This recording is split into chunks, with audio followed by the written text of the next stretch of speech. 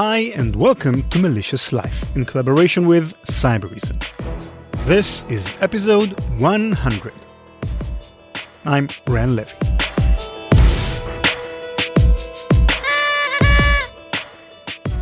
So, 100 episodes. That's a fun milestone. Who would have thought when we started this podcast some 3.5 years ago that we'll get to 100 episodes, let alone with tens of thousands of listeners who enjoy the stories we bring you every other week. So me and the team were thinking about what kind of episode we should do to celebrate this happy milestone. We already did a kind of quote-unquote behind-the-scenes episode, and I'm personally not in favor of best of episodes, but making a regular episode kind of seems a bit lame, so we've got something a bit different for you this time. Every episode of Malicious Life starts with tens of hours of deep research into the topic we're covering. In almost every case, this research uncovers many interesting stories and anecdotes, and then there's the really hard part of deciding what makes the cut and what stories are left out of the episode. Usually, a story will be left out not because it's not good or not interesting, but because an episode can only be that long, and you can't tell everything in 45 to 60 minutes, or even in a 2-part episode. Lots of great stories are left on the cutting room's floor, so to speak, and so for this special episode, we figured we'll tell some of them.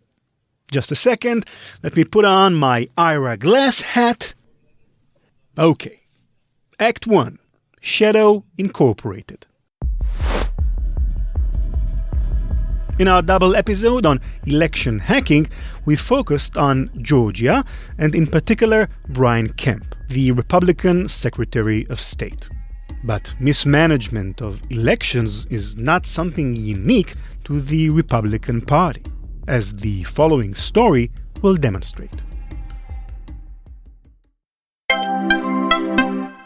Your family's legacy and memories are probably one of your most treasured possessions. After all, it is the only possession that, if not preserved properly and passed on to future generations, will be utterly and irreversibly lost. We in PI Media understand the importance of such memories, and we also know from experience that podcasts are a fantastic way to preserve them. Me and my team of highly experienced producers and sound engineers will transform your family's story, whether it is your grandfather's war story, your parents' hippie days in the 60s, or any other personal story, into an amazing audio documentary with all the care and attention to details we put into each and every episode of Malicious Life. Family Sounds is a gift, not only to you and your family, but a gift to your family's future generations. It's quite probably the best gift you could give them. For more details and samples from previous stories we created, visit familysounds.co. Family Sounds, a gift from our time to our future. familysounds.co.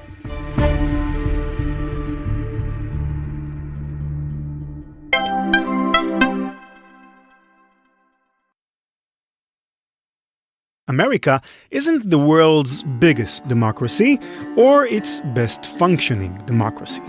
But when we think of democracy in the world, we all look to the USA, which is strange because sometimes America's election system makes absolutely no sense. Like how every 4 years, candidates battling for their party's nomination flock to the state of Iowa to make speeches, eat corn dogs, and schmooze with voters. For over half a century, America's primary elections, the races that determine who gets to run for president on behalf of the party, have begun in this most unremarkable of states. There's nothing wrong with Iowa, of course, but it's a small state, which means it doesn't hold much sway in the Electoral College. And its population is overwhelmingly white, so you can't really tell whether a candidate's popularity in Iowa will reflect their popularity in more diverse states like North Carolina or Arizona. And yet, every 4 years, Iowa becomes the single most important story in politics. Simply by virtue of being first, it holds immense sway. Whoever wins Iowa is considered the frontrunner for their party's nomination, earning positive media coverage, more fundraising, and momentum they can ride into the next few states. And it's not just speculation.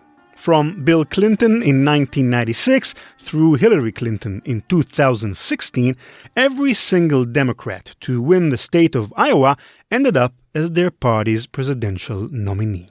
So there were a lot of high expectations for this year's Iowa caucuses. Millions upon millions of dollars poured into the state as candidates campaigned to sway voters one by one. With 24 candidates in the running, every point mattered. The issue with the Iowa caucus is they were introducing new technology into the mix. That's Maggie McAlpine, whom you may remember from our episode on Georgia's 2018 gubernatorial race. And by they, I mean the Democratic Party. The Democrats' problem in Iowa began in 2016. After Hillary Clinton narrowly defeated Bernie Sanders in the state, Sanders' supporters cried foul, pointing to instances of possible mismanagement and fraud, like when a delegate for Sanders in the Grinnell Ward 1 precinct was quietly, inexplicably transferred to Clinton. Whether justified or not, we don't have the time to analyze the claims here. The confusion and lack of transparency meant that by 2020, the system needed a change. The party needed a better, more transparent system for tracking and counting votes in Iowa. One small company stepped in to help. They called themselves Shadow Incorporated. Let's address the obvious here. Shadow Incorporated? Are you f***ing kidding me? Whoever hired Shadow Incorporated to build a more transparent voting process in Iowa is the same kind of person who'd hire the Zodiac Killer to install their home security. Perhaps what sold the Democrat Party on Shadow was their unbelievingly cheap price. The company designed an app for precincts to report vote tallies, taking only 2 months to build the entire thing at a cost of only $60,000. 2 months, $60,000. Even for a little iPhone game, that'd be a pretty good value on the dollar. But for a comprehensive voting system, that's crazy little. Shadow's app was introduced to precincts just a few weeks before Iowans were set to vote, meaning volunteers didn't have much time to learn the system. More importantly, there was no time to test it. Election day would be the first time anybody used the Shadow app. They could only hope that it, worked. Of course, it did not. It was basically a disaster. They were still updating the app up to the day before the caucus in test flight. They had no real app to download. You only had the beta version. Just about everything that could have gone wrong did. Many poll workers couldn't sign into the app, and many others were unable to communicate with party headquarters to, for example, report vote counts. They had not considered the fact that there were caucus locations in Iowa that didn't have internet access or cell phone reception. A few poll workers were able to send some incomplete data to party headquarters, but the database where the votes were collated required two-factor authentication, and employees at party headquarters weren't allowed to have their phones with them. After it became clear that the system was broken, precincts were asked to call in their vote counts to a centralized phone line. But they released a phone number for people to call in their results instead of transferring them with the app. And that phone number got leaked and then DDoSed, basically. There was posts on places like 4chan saying, hey, let's flood this line to make the Democrats look bad. For the first time in the history of Iowa's caucuses, nobody knew who the heck had won. The two frontrunners, Pete Buttigieg and Bernie Sanders himself, were in a tight battle, and nobody in the state had the data to figure out what the actual vote count was. So this all sort of cascaded and broke down, as one could have probably anticipated, that night on the caucus night. Luckily, because election security experts and other people who have experience administering elections raised flags about this app very early on, the catastrophe wasn't as bad as it could have been, and there were plentiful paper backups. Basically, if not for those paper copies, those paper backups, it would have been an even bigger disaster than it was. For days, the nation waited to find out the winner in Iowa. But the damage was already done. The whole purpose of Iowa is momentum.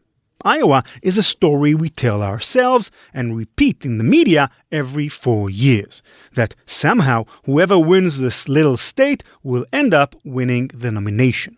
It's an excuse for the winning candidate to generate positive media coverage, earn more fundraising, and convince voters in other states that they're in the lead. But if no winner is announced, all that goes away. After nearly a month, the final results were confirmed. It didn't even matter at that point, as the story had long since passed. Neither Pete nor Bernie were in as strong a position as they could have been, and for the first time since 1992, the winner of Iowa did not receive the party's presidential nomination. In the aftermath of election night, the public learned who was behind Shadow Incorporated. Its employees, it turns out, were mostly former staffers of Hillary Clinton, Bernie's primary opponent in 2016. Its founder, a woman named Tara McGowan, was the wife of a senior strategist for Pete Buttigieg, Bernie's primary opponent in 2020. There's a lesson here. In our episode on election hacking last month, we were pretty hard on Brian Kemp, the Republican Secretary of State who oversaw his own potentially compromised election in Georgia. Some of you may have interpreted our story as being politically motivated. Others may have felt vindicated that a guy like Kemp belonged to the other party, not ours. But make no mistake, listeners, corruption and bad technology cross party lines. In this age of political strife, maybe we can all come together in knowing that both teams are rigging the game and doing it poorly.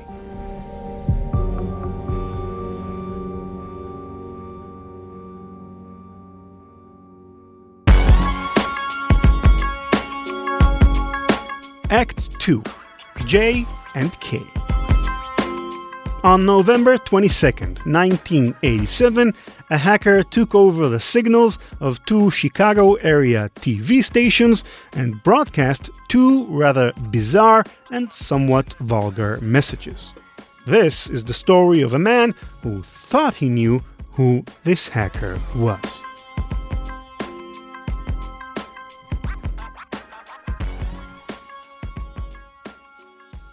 When the Max Headroom hacker hijacked two Chicago television stations on a single night in 1987, they aired a video message in which they were wearing a mask and the background of their shot was covered up by plates of corrugated metal.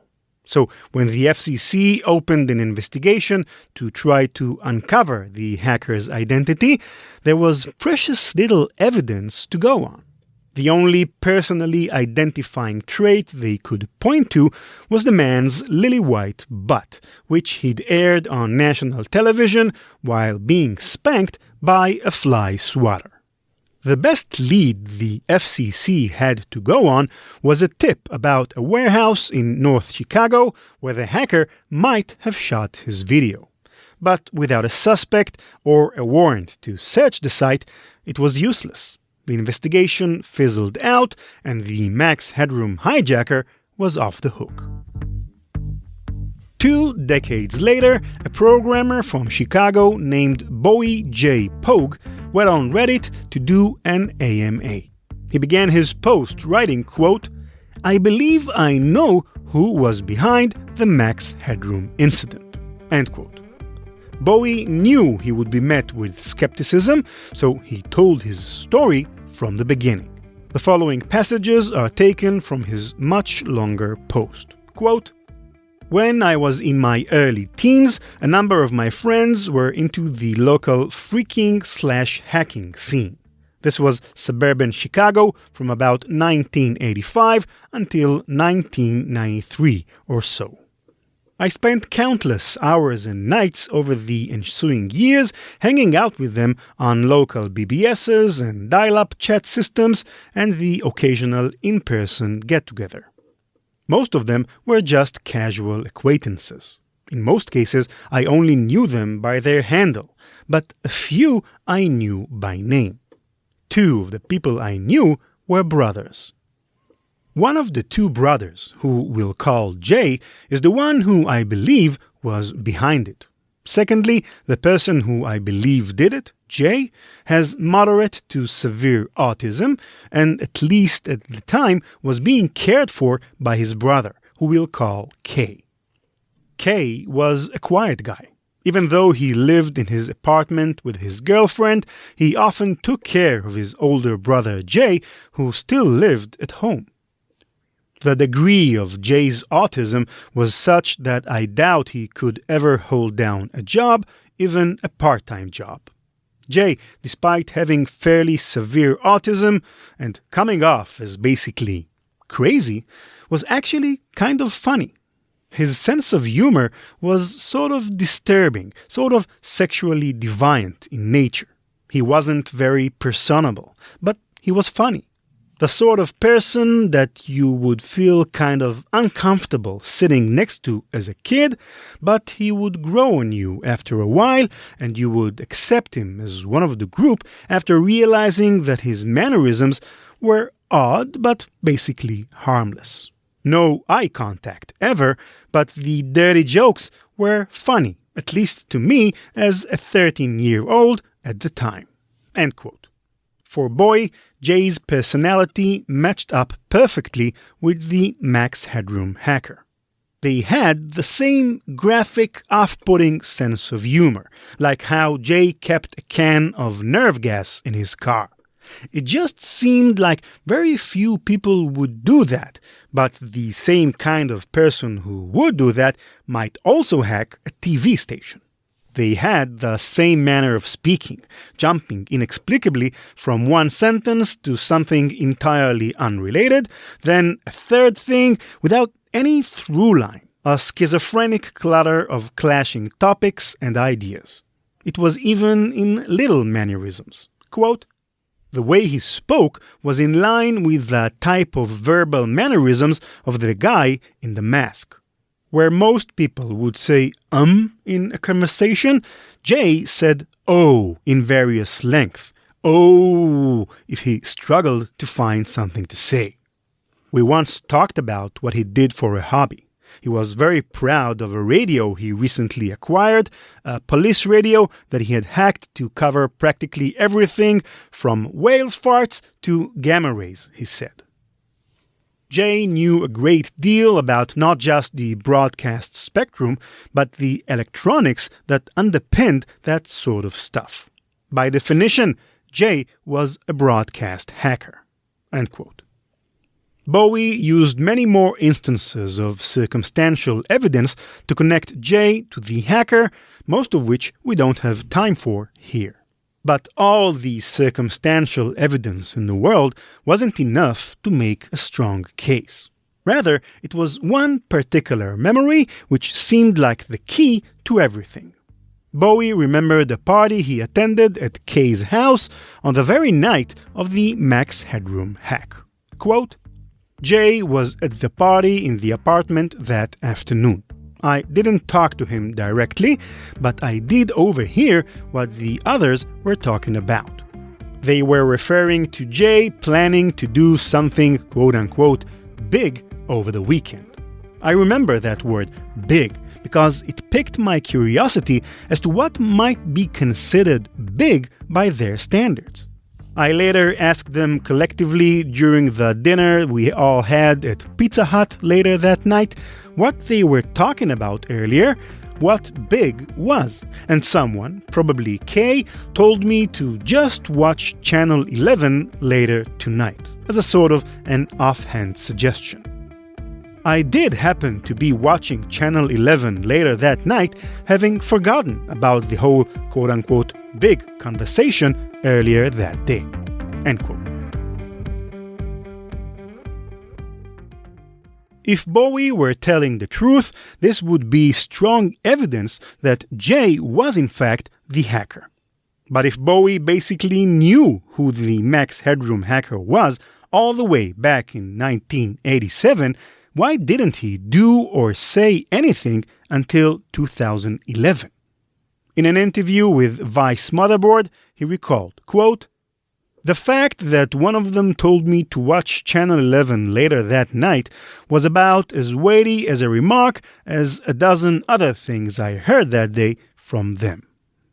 I know it sounds strange, but I honestly didn't put two and two together at the time. End quote. Should we believe Bowie? Some of you have probably already made up your minds.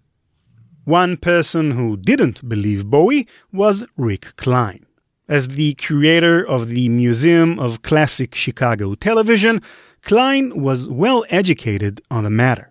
He didn't buy the Jay story, quote, for a variety of reasons, end quote.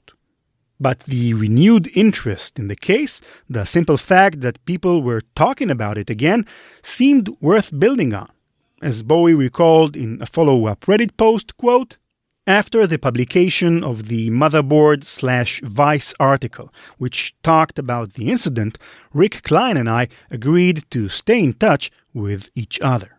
We've become friends in the process, too, which is kinda cool. But anyway, in the meantime, I occasionally revisited the idea of examining the video and audio ends of things in more detail, while Rick continued to interview folks connected with the local radio and television broadcast industry in Chicago at that time. My own efforts were met with some limited success, but Rick's efforts have turned out to be vital. Several weeks ago, Rick and I had the luxury of meeting and speaking with several engineers and technicians who were actively working for WBBM, WTTW, WGN, and other companies in the Chicago broadcasting community at the time. They yielded a wealth of very detailed information, including specifics about what kind of locations, gear, physical access, and more importantly, what sort of station-specific knowledge would have been necessary in order to pull off the intrusions themselves. This was the kind of heavy engineering perspective knowledge that we had only bits and pieces to work with before and had been trying to obtain for some time with great difficulty. End quote. Bowie and Rick were no closer to any specific identity for the hacker, but they now had enough information to determine the exact profile of who the hacker could have been. Quote, after the last round of interviews and having looked at the resulting evidence pile in total, Rick and I have concluded that the possibility of this having been a quote-unquote outside job is basically zero. To make a long story short, all the things which needed to have been possessed by an outside amateur or amateurs, no matter how talented, simply did not exist in the wild in 1987. This, and other information we were never able to corroborate, is what allows us to free J and K as suspects with full confidence. J and K have been excluded as suspects in the Max Headroom incident. My original theory was incorrect." End quote. If J and K are off the hook, who then is the new suspect? Bowie says he has someone in mind, but he's unwilling to disclose his or her name, nor provide any details on the findings of his and Rick's investigation and what exactly makes them think that it couldn't have been an outside job. Bowie says that, quote, "Fame and notoriety isn't always positive, for one. Second to that, going public would potentially jeopardize any number of things. Suppose Max is now retired with pension benefits or is still actively employed. Going public would risk both. Even though the statute of limitations has expired, the FCC would almost certainly strip such an individual of any right to participate in broadcasting." End quote. It kind of makes you think about the nature of the legacy these sort of hacks leave behind them. If we knew who was behind the Max Headroom hack, how would this knowledge affect our perception of their act? After all, most of us have some sort of a mental image of the hacker, whether we see him as a hero or as a villain, and that image is largely based on our own ideals and values. How would this mental image change if we learned who Max really is? For example, what if Jay was indeed the hacker? Would knowing that he was probably autistic change your attitude towards his act? Indeed, this legacy is one of the reasons Bowie gave for not disclosing more information from his investigation. Quote, "There are a number of reasons for this, but the biggest one would probably be the hacker community itself, a large chunk of which views Max sympathetically as something like a patron saint of old-school skill and anonymity. I know more than a few people who were actually inspired by the incident and would be fairly pissed off if someone tried to tarnish that achievement. Just on balls alone, it's a pretty strong contender for the greatest hack of all time. Messing with that legacy would be playing with fire." End quote. Food for thought, no doubt. In any case, yet again, 20 years after he did it the first time, the Max Headroom hacker had slipped through our fingers. But now we know one thing for certain. Something that brings us a step closer to maybe one day solving the mystery. It was an inside job. Quote, "Rick is continuing to work the theory he has maintained all along, the angle that Max had ties to the local Chicago broadcast community. For my part, this pretty much marks the end of my direct involvement in the case. I'm actually kind of happy about it in a way, because at least it frees up the focus of the investigation to move where it appears it should. For what it's worth, we recently obtained a photo of Jay. He seems like a happy, normal, well-rounded adult with a family. A far cry from the off-the-wall character I recall him being 27 years ago, when I was a newly minted, nervous 13-year-old at a party." End quote. And lastly, Act 3, T-Shirt Gate. In our double episode titled Yahoo's Ugly Death, we told the story of the two major data breaches that hit the company. We also discussed the mismanagement of everything related to cybersecurity in Yahoo. The following story will illustrate once again just how bad was this mismanagement.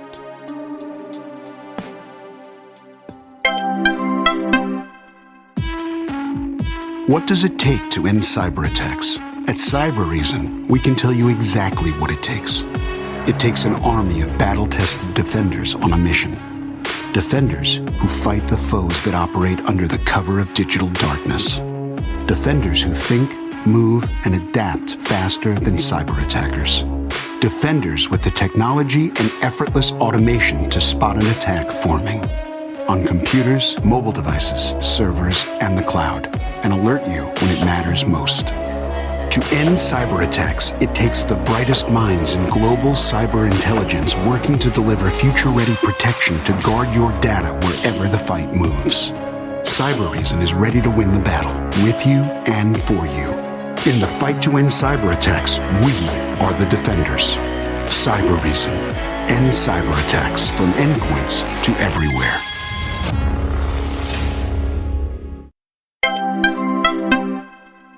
In only her first year as CEO of Yahoo, Marissa Mayer had to deal with two major cyber incidents. The first didn't even happen under her watch. 4 days before she took the job, around 450 million Yahoo accounts had been published to the dark web. Then, in January 2013, a phishing campaign began exploiting publicly known vulnerabilities in Yahoo's infrastructure in order to hijack user accounts. Having that kind of year leaves a mark on a company. It forces you to respond, to rethink how you do security and what you need to completely change in your approach. Yahoo's response to those incidents would be tested in the fall. That's when High Tech Bridge, a small security firm, decided to do some experimenting. They went looking for security holes in popular websites to see how quickly they could find them and how the companies in question would respond. On September 18, 2013, they tested Yahoo. They began to pore over Yahoo's system, scouring their defenses for any little crack. It was long, tireless work, but after much toil, they found something: a cross-site scripting vulnerability in Yahoo's marketing solutions domain. Also, I was just kidding. It wasn't long nor tireless work. The researchers found their 0 day in only 45 minutes. High Tech Bridge notified Yahoo of their discovery. Yahoo replied the following day, quote, "Unfortunately, this submission does not qualify for a reward because it has already been reported by another individual. Please continue to send in any other vulnerabilities that you may discover in the future." End quote. It was odd. Yahoo didn't present any actual evidence that somebody had already found the bug. And if it really had been reported already, why hadn't it been fixed yet? The researchers didn't spend too much time dwelling on the issue, maybe because it only cost them 45 minutes work. At that rate, maybe they could try again and find something else. And they weren't disappointed. Within just a few days, they found 3 more cross-site scripting 0 days in 2 other Yahoo domains. It's worth noting, too, these were not minor security failures. Saying there were 3 of them makes them seem pretty ordinary, but these were 3 critical vulnerabilities. If weaponized in a phishing attack, any one of them could allow an attacker to completely take over any Yahoo account.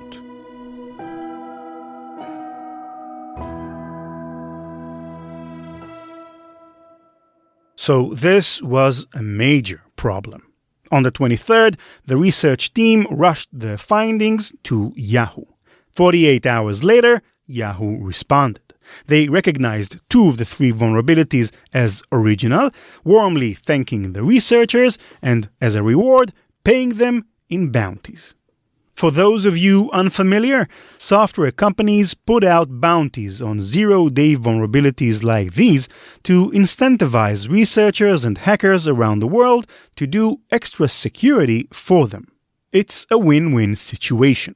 Good hackers can earn handsome rewards, and the companies patch up holes which could potentially have cost them much, much more down the road if the wrong kind of person found them first. Because of the sheer stakes in this game, bounty payments can range from a few hundred to tens of thousands of dollars. For critical vulnerabilities, like the ones in Yahoo's site, we're talking about healthy payouts.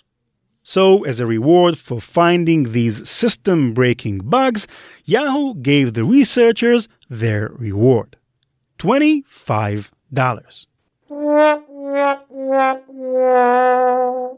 Actually, let me amend that. It wasn't $25. It was $25 in Yahoo Store credit, plus a Yahoo t-shirt. In a blog post, the CEO at High Tech Bridge highlighted how it was more than just a personal embarrassment to have been compensated so little.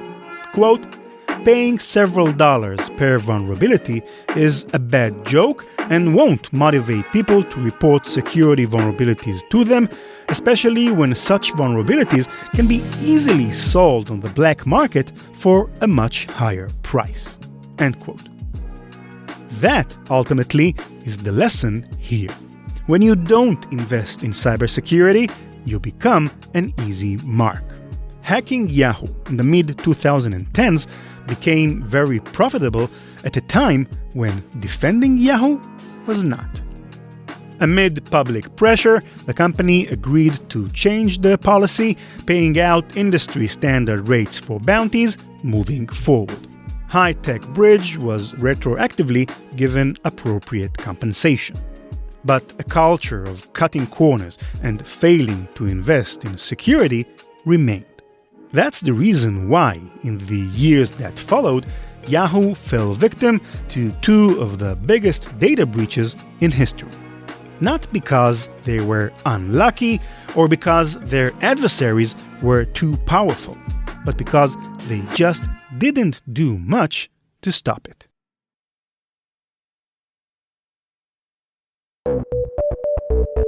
That's it for this episode. Thank you for listening. Over on Twitter, we invited you to send us your well wishes for our 100th episode, and you didn't disappoint us. Here's, for example, what Kevin wrote to us. Quote, "Hello, Levi. My name is Kevin, and I'm from Kenya. Ever since I stumbled upon your podcast through a mention by Jack Resider, I have always enjoyed listening to your podcast day in and day out. There are very few podcasts covering what you cover. You keep motivating me to continue into that dream in cybersecurity.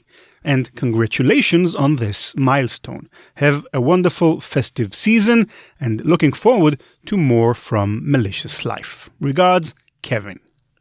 Thank you very, very much, Kevin, and keep on dreaming that beautiful dream. Next one is from Steve Hancock, aka 1X Unit of Steve from South Australia. Steve sent us a video. Here it is. G'day, Ran. Congratulations on 100 episodes of Malicious Life, and here's to the next 100 episodes, or perhaps 1,000 episodes. Keep up the good work, mate. Really enjoying the podcast. Just fantastic. Thank you so much, Steve.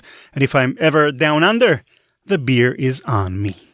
Nick Bound from London, my favorite city in the whole world, writes us, quote, "Congratulations to everyone who works so hard to create and produce the show. 100 episodes is stuff for any podcast, but especially one which is so professionally put together." End quote. Thanks, Nick, and I won't read you each and every congratulatory message we received, but I will give a shout out to Joseph, aka Duke of Southside, and Brian, who himself gave a shout out to Pat, who introduced him to the show. So thanks Joseph and thanks Pat. I think both of them are from Kenya, as well as Kevin Kelly, who also wrote in to congratulate us. I have a feeling our next listeners meetup should be in Nairobi. And last but not least, Isaac Manwaring, who goes by the handle of @Iceman of Oz, and Stephen Schaefer from Maryland, USA. Thank you all for your amazing support. I know I've said it before, but I feel so fortunate to live in a time when people from Israel, United States, the UK, Australia, Kenya, India, Norway, and tens of other countries around the world can come together around a topic which they all find fascinating. Some people are pessimistic about the future, especially with the tough 2020 we just went through, but not I. Maybe it's being part of a community that ultimately tries to do some good in the world. I don't know. But I'm optimistic. Malicious Life is produced by PI Media. The team behind the scenes are senior producer Nate Nelson, sound editor Benor Habari, and it's about time I mention our CEO, Danny Timor, as well. And while we're at it, a big thank you to the Cybereason team, who are such a pleasure to work with. Anthony, Eliad, and Kyle. Thanks, guys. As usual, our website is malicious.life, where you'll find all of our past episodes and full transcripts. You can find us on Twitter at maliciouslife, or me at ranlevy. That's RANLEVI. Thanks to Cybereason for underwriting the podcast. Learn more at cybereason.com. Bye-bye. CK music.